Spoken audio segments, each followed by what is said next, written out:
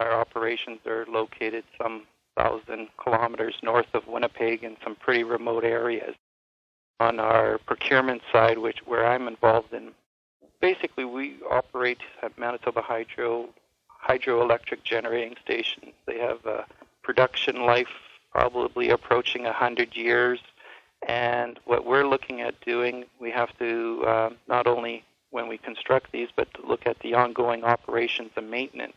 So we got a 100-year window to achieve that. So when you look at an individual contract with a First Nation company, and you consider that to be potentially at a premium cost, it's really an investment in that company to build them and to bring them full circle and self-sustaining, and it's an investment for the future.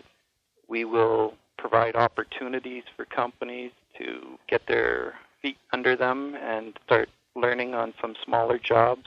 There's building blocks here, and we're learning a lot of things, and we may think we have a decent program today, but we know that there's always room for improvement.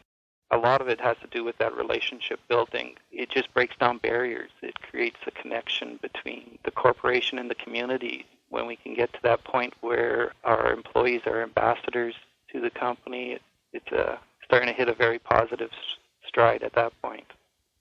We have to change a lot of our business thinking and start thinking in a more holistic way, and I think a lot of our Aboriginal partners bring us to that level or challenge our thinking to evolve and think much broader. So it's not only on the environment, but on just overall operations for sure.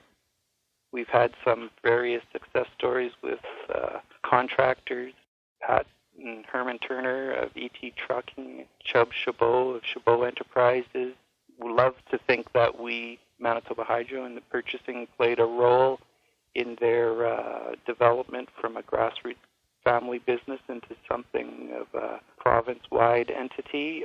They're pretty inspirational individuals with a lot of drive, and most of the credit would certainly have to go to them.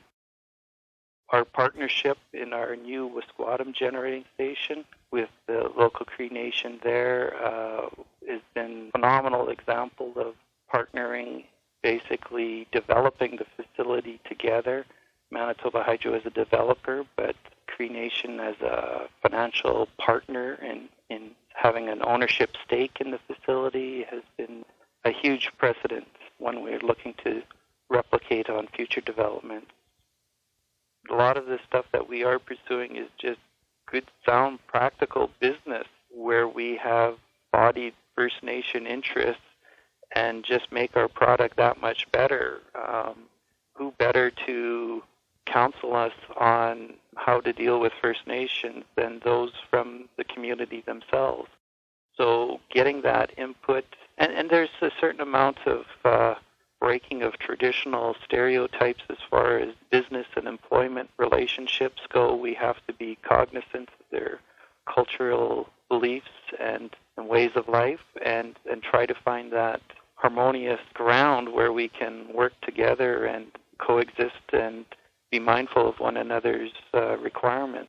Manitoba Hydro has some of the lowest electricity rates in North America, and we score very well on a variety of surveys as far as a great place to work and our overall operations. So I think we're doing many of the right things, and we just continue the fight and continue to try to promote, educate, and make people aware of the direction we're trying to go, and that it is a worthy one.